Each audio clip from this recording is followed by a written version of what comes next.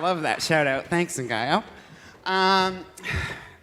Thank you so much, Alex, for having me. Again, I'm really looking forward to this conversation. We're going to talk about regulations in Canada, regulations in Germany, regulations in Switzerland, and regulations in a bunch of other countries as well. First up, we have Ben Arn. He's the CEO of Canatrade, based in Switzerland. And Emmanuel Kotzian. He's the CEO of Impalico, which is actually a brand underneath Soviet, which has really awesome little design features, actually. No, I really liked that quite a bit. So please welcome them both. And I'll start with you, Ben. Can you tell us a little bit more about yourself and a little bit about Canatrade? Yes, please. Thank you very much. Thank you very much for the invitation, Alex. Cool to be here. I'm Ben from Switzerland. I'm in the business since 2004. I started then as an activist. In 2008, I became the CEO of Canatrade. We are the oldest still existing hemp fair in Europe, and right now we do a lot of cannabis events in Switzerland. So the Canatrade, the trade show, we do the Cannaswiss Cup, this is Switzerland's Cannabis Cup. We do a joint roll contest for attract the crowd at our events. We do Cannabis Village, that's a special show. We visit all the big Swiss public fairs and bring the topic cannabis to the normal people like my mom and my dad. That's what we do. Thank you. Nice. And Canatrade is the oldest cannabis expo in Switzerland. What's the story behind that? How did that happen? Yeah, in the 90s, it was not illegal to grow weed in Switzerland. It was just illegal to consume it as a narcotic. So we had hemp pillows, for example.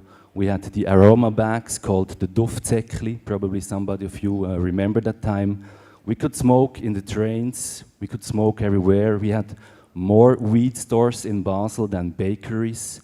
It was really a crazy time. And in that time, Canatrade was the third hemp fair in Europe. There was the High Life in Holland, the Cannabis business in Germany. Both of them are no more available on the planet. So Canatrade is the oldest still existing hemp fair in Europe, maybe in the world, I don't know. Nice, so cool. And we're going to come back to some of those elements because we're talking about how different jurisdictions sort of play on each other and how something that happens in one can affect what happens in the other. Emmanuel, tell us a little bit about yourself and Impalico and Soviet. Well, first of all, my nickname is Emmy. My long name is Emmanuel. I'm doing business in cannabis for now 20 years, and I'm very proud that I can say we are one of the oldest clients of Canatrade, of Ben. It's really, we made the high times, the nice times, and also the not that nice years together. And last 20 years on the European, on the German market, a lot happened. We started with magazines, so we have like the biggest magazine on the German market. It's a cost-free magazine and distributed through grow shops and head shops. And with the time, we tried a lot of projects. We feel very activistic. We are coming from the activist scene. And through the times, we tried many, many projects. And in this moment, we are a network of 7 companies across whole Europe doing a lot of things. And actually, Impalico, which is in this moment the most active company, I have to say, is dealing with CBD. We made 3 years ago a decision not to take part in the bidding to supply the German market with medicinal cannabis. We decided to go the CBD way, and yeah, just to make it round, we are neighbors. We have really some aspects of history which are really parallel and really similar. But one aspect, and this is very interesting to understand Europe, to understand we speaking sometimes even the same language but having totally different system. So in Germany, the consumption of cannabis never has been forbidden. It's exact opposite of Switzerland, but of course the possession, buying and selling was totally prohibited. And that's why this combination with one border made a lot million German people going to Switzerland when there was the very nice time. And again, people are going to Switzerland now to buy CBD grass. Yeah, and there's an American connection there as well. We were discussing this earlier. Probably about 20 years ago, High Times did a story on a dual citizen who was American and Swiss, and she had gone to Switzerland and found out that they'd never actually made it illegal. They just kind of assumed it was illegal, so nobody was doing anything with it. And she opened a hemp farm and would have people come and visit. And we were also talking a little bit about how California and what happened here. When San Francisco started licensing dispensaries here, we were able to use that in Vancouver to get licenses there in Vancouver. Also, when the border started closing down, a lot of BC Bud wasn't getting across the border anymore, which sort of spiked Washington, California, and Oregon to go even to step up production. And something similar happened when Switzerland kind of cracked down, which we didn't quite get to. So there was a middle phase where Switzerland was doing all of the stuff that Ben mentioned, and then it sort of stopped. And when it stopped, it started kind of encouraging more Germans to kind of start growing for themselves as well. Was there anything else you wanted to kind of say about that time period and how your two countries are sort of, how they affect each other? Well, to be honest, the first one have been the Dutch, for sure. They had the first show, and because they are good neighbors, they shared what they have. A lot of Germans, a lot of Swiss people love to go to Amsterdam and to enjoy the nice circumstances. And that's why, and it's also a matter of the hippies coming back from Goa, from India, and a part came back to California, a part came back first to London, then to Amsterdam, and then from there to Germany and to Switzerland. So that's the history. And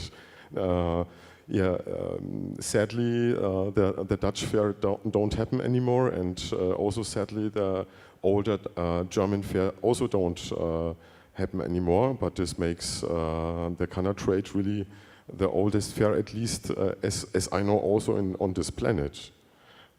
Because I don't know any other fair which I think it's now the 18th edition, isn't it? Almost, yes.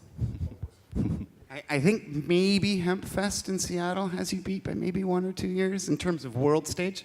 That could be. I don't know that. I don't know about the early hemp scene in the U.S. So yeah, well, and Seattle Hempfest right. is sort of a unique thing. It's not other festivals haven't quite had the same sort of pedigree and holding together.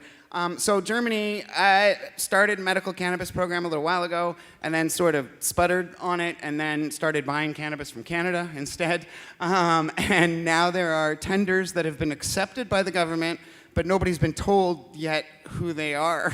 Can you talk a little bit about that and the impact that's having on patients and the medical market in general? One day, Hollywood will make a really interesting movie about it. 2 years ago, the German parliament voted for the patients to supply them from German cannabis from companies. 2 years later, there is still no German cannabis available. Last year, we imported exact 26.9 tons from Canada, mostly 98%, something like this. So the happy Canadians.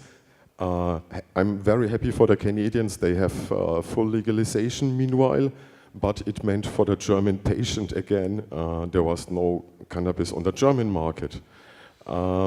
So this was really exceptional law. The German parliament voted, and first time after Second World War, the full parliament, 100% of all parliamentarians voted for one law.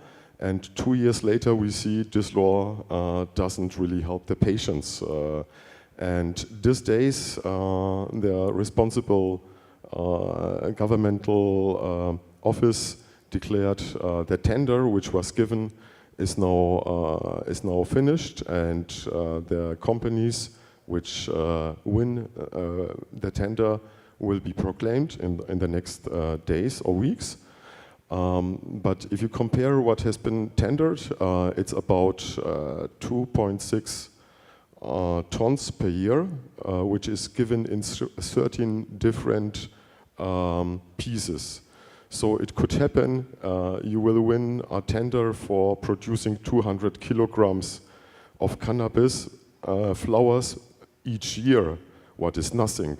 Especially when you see already the consumption numbers and the prescription numbers, When you see the consumption already last year was on the level of nearly 27 tons, and the tender is about 2.6 tons, you see excellent possibilities for all licensed producers which fit the GMP level, and the country has an agency for cannabis installed, so they can take part, and please send more cannabis to Germany.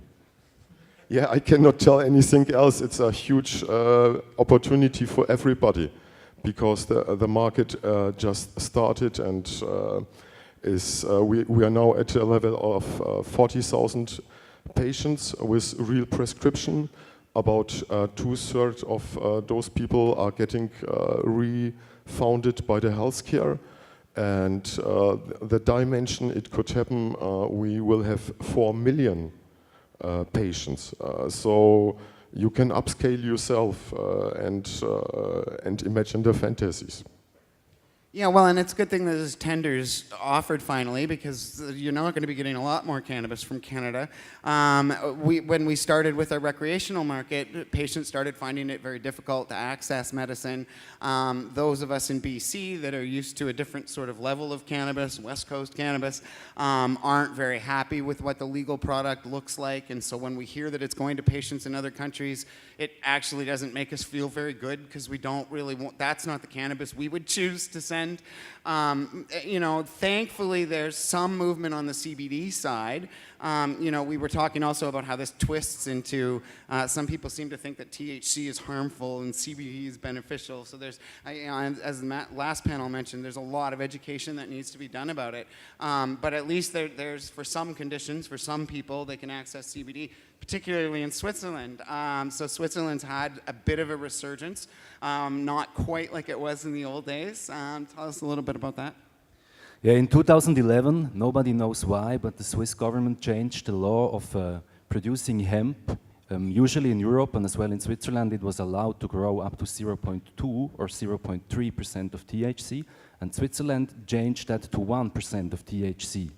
And then it needs some years, up to 2016, where the first company get the license to sell it officially as a tobacco substitute, weed. And now, 2.5 years later, we have more than 500 registered companies. You can buy weed in every supermarket, at every gas station, at the highway, everywhere you can buy weed as a tobacco substitute. And across that, people started fast to produce CBD oil, CBD extracts, and as you may better know than me, with a plant up to 1% THC, you can grow up to 25-30% of CBD. So actually we are a strong player on the worldwide CBD market because of that, even if Switzerland is high in production, high in paying everything, but we are now a partner, and as well, it feels like it's the foot in the door. We have now many companies, big companies with big indoor producing facilities, factories, so we are ready for the THC. Everyone is just waiting for it, and to buy side a lot of money in the CBD market. Yeah, and I mean, that's its own kind of crazy thing. You know, when we legalized in Canada, we actually changed. So we've had legal hemp farming for quite a long time, but they weren't allowed to actually do anything with the product. They could grow it, they could take the fiber out of it, but they weren't allowed to actually extract anything from it at all. Now they're going to be allowed to extract things and sell it, so it was good news for hemp producers. And we're going to start seeing CBD in natural healthcare products and cosmetics and topicals and things like that. But we already, as soon as that was announced, the market was flooded with 100% legal CBD. We see the same thing happening in a lot of American markets where it's like, oh, no, it's CBD, so it's totally legal. What's the situation? I mean, Switzerland is obviously kind of unique and kind of leading the pack in that front. What's the situation with CBD in Germany? So sadly, the CBD flowers themselves are forbidden. But about all other products, they are legal, and it looks good, and we are happy. A lot of our customers are real pharmacies and proving the legal market and the legal aspects. It's a huge market, and just in this moment, the big retailer chains are coming. You know, 11/7 in Germany, it's called Rewe, Kaufland, Chibo, and they are now asking for CBD product. What of course means a total different target groups, which we, with our possibilities, we never would have reached, or we would have need another 20 years to tell everybody. Yeah, and we were also talking about different concentrates and things like that. And so, for myself, I'm based in BC now, but I grew up in Eastern Canada. And in Eastern Canada, there was a lot of ties to Lebanon and Morocco, and we smoked hash. That's what we smoked, and that's all we got for a very long time until I moved to BC, basically. Germany and Switzerland. What are the hash markets like? What are the concentrate markets like? Is it sophisticated at all? Is it not something people are really interested in? Ben, we'll start with you. They are, and it's strange. We are allowed to grow the weed up to 1% THC, but we are not allowed to make hash with it because there is still one sentence in the law who says hash is forbidden at all, like a hard drug, stuff like that. But it's quite a nice hash available everywhere over Switzerland. We are close to Morocco, and as well the ways from Nepal and Lebanon. It's coming to Switzerland, but we are not allowed to produce it by ourselves right now. Yeah, in Germany, there is, of course, also a gray market for extract distillates, and the situation, especially for CBD hash, is looking a little bit better than CBD flowers. Still, my lawyer says better don't try, because it might provocate the prosecutor to visit you. Yes, some things might be legal, but still you have to find a compromise with your neighbors and with the society around you. If everything concerning CBD is legal, might be they will find something in accountancy. Most of shops I have seen did not broke because of the legal laws about cannabis, but because of the very normal business reasons, cash flow management, liquidity, scale up, employees, and things like this, and not because the prosecutor came, but better not provocate the police. So still there is a market, but I don't believe it will become that big like in the US. I was here in the dispensary, and the guy told me, yeah, 50% of what we selling is something to vaporize and not the flower. And I don't believe this market will be that big in Europe, but might be just a question of generation, you know. Yeah, I mean, we've seen the same thing in Canada too, and legally you can get hash if you make it yourself. You're technically allowed to do that, but that's literally the only way you can do it. You can't buy it. For a little while, somebody had sort of tricked Health Canada. They kind of said, oh no, this keef is just dried cannabis. That's all it is. And so they were actually allowed to sell it, but I think it only lasted like a week or so. And then Health Canada went, wait a minute, and then stopped. This I have to tell this story because nobody believes, but it's true. Germany, of course, also regulated this. So if your doctor tells not to smoke or vaporize the pure CBD the flowers, THC flowers, he can write on the prescription that the pharmacologist will prepare it for your consumption, so he can make out hash of it or distillate, and yes, he gets paid for making you like the doctor told you have to inhale it or to eat it or whatever. And this is a crazy thing. So if you really want good hash, then persuade your doctor that you prefer to consume hash than flowers. And that's awesome. Yeah, and might be even the health insurance will pay.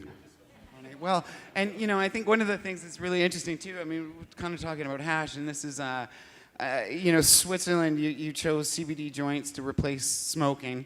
Whenever I go to Europe, I can't really take a joint from people. As I was passing around the circle, no thanks, unless I know the person's Canadian or American, because it's all mixed with tobacco, which is something that, that was one of the reasons why we like when we don't have to smoke hash. We like hash in Canada a lot, but most of us, I think, prefer just the flower, particularly because we never mix it with any tobacco. Do you see that sort of custom changing, or is that just like super ingrained into the way that people smoke cannabis in Europe? I think it will change. Right now, it's most people smoke with tobacco for sure, but with the CBD, you are allowed as well now to sell CBD joints, so people start to smoke it pure. People start to vape, and if I have a look to the United States and probably to Canada as well, all the vape thing, the pens, everything like that, I think it will come over Europe as well, and Swiss people and Europe people will start to smoke vape pens as well. Yeah, I think so too. I mean, I do have a concern about that when it comes to medical patients, for example, because vaping, there's certain compounds that it won't get. The concern is not actually the vaping, it's the idea that, vaping is okay and anything else is not okay. And that's not really what we've seen. And again, in particular, for certain conditions, you can't do that. Again, in Canada, until we had legalization come in, which is not necessarily as nice as it sounds. Until we had that point, the government was fighting every step of the way. And no, you can't grow more than one plant. Okay, no, you can't grow more than two plants. Okay, you can't grow more than three. And this was like years of court cases in between. We won the right for medical patients to have access to edibles. When Health Canada finally allowed it, it was just an oil that's capped at such a low point that it's almost not even a concentrate anymore.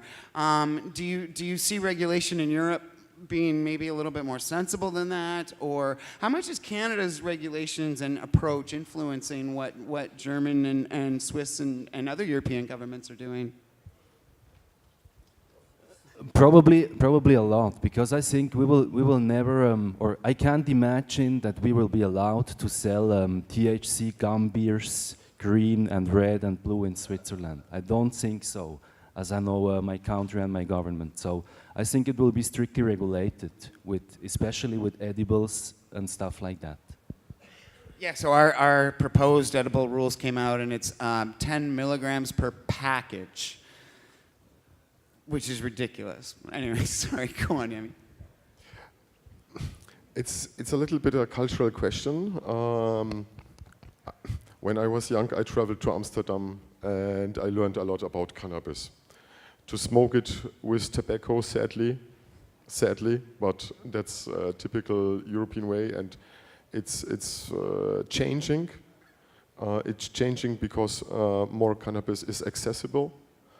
You can afford to have a own joint. This was like one. Yeah, you don't share anymore. Everybody has one. That's the thing I've noticed about Berlin is everybody has their own joint. Where maybe in the States or Canada, you stand in a circle, pass around Berlin. Everybody has their own blend. Like mine is 75% tobacco and 25% hash, and this is that. It's very interesting.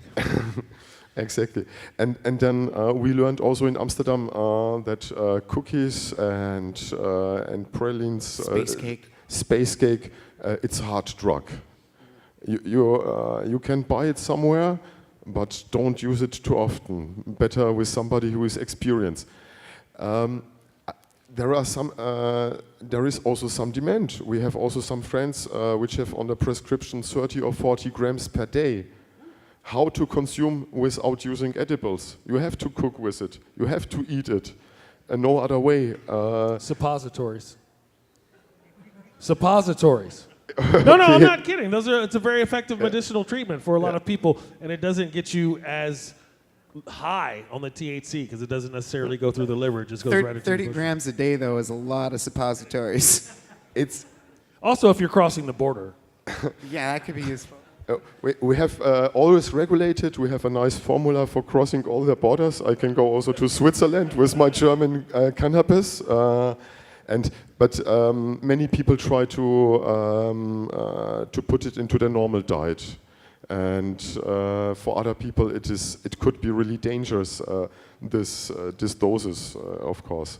We have to learn because what we learn is, or what our politician could learn. When you have legalized, you are just starting to legalize. You're coming to a certain point, and then you see a new question what is going on, and each society has to solve it for its own. So we are learning from Canada and also from California. And on the other side, we have our own system, and we have to make our neighbors happy as well. So I don't think we're going to have time for questions. We got time for one? Well, I had one more for them, actually, in terms of Okay. Europe. Who's next? I mean, if we've got time for two, listen, that'd you're be the awesome. moderator, man. I'm just chilling. So Canada's the first G7 country to legalize cannabis. Uruguay was the first country in the Americas to legalize cannabis. So who's going to be first in Europe? Probably Luxembourg. They made an announcement, the government of Luxembourg, that they will legalize medical and recreational, but when it will happen, we don't know. Actually, you can play bingo with Europe.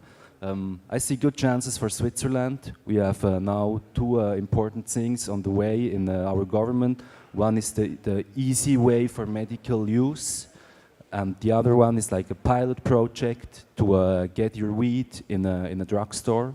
Both projects are on the way to come in the next 1, 2, 3 years, and yeah, I hope for Switzerland.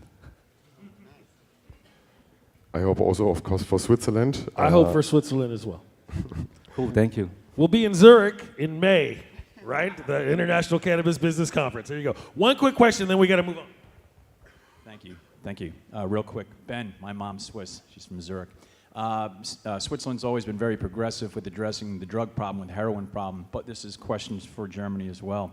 Are your countries using that as an alternative to market cannabis as an alternative to the opioids as well as heroin, and addressing it that way? You can. You need the right doctor. In this moment, we still have a big lack of doctors which prescribing and dare to do it. We have might be 2 dozens for Germany, and you need one doctor who overtakes the responsibility and start doing exactly this. And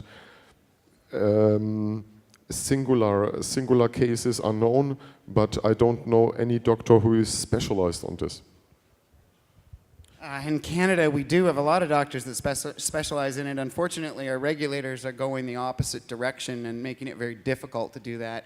Particularly Vancouver, one of the reasons why they legalized dispensaries before it was legal in Canada was specifically because of the very serious opiate problem that BC is facing, and it's been the opposite. We've made it harder for people to access. Our provincial governments are now spending a lot of money on education campaigns around cannabis. Still not saying a word about opiates. They're still shoveling those down people's throats. So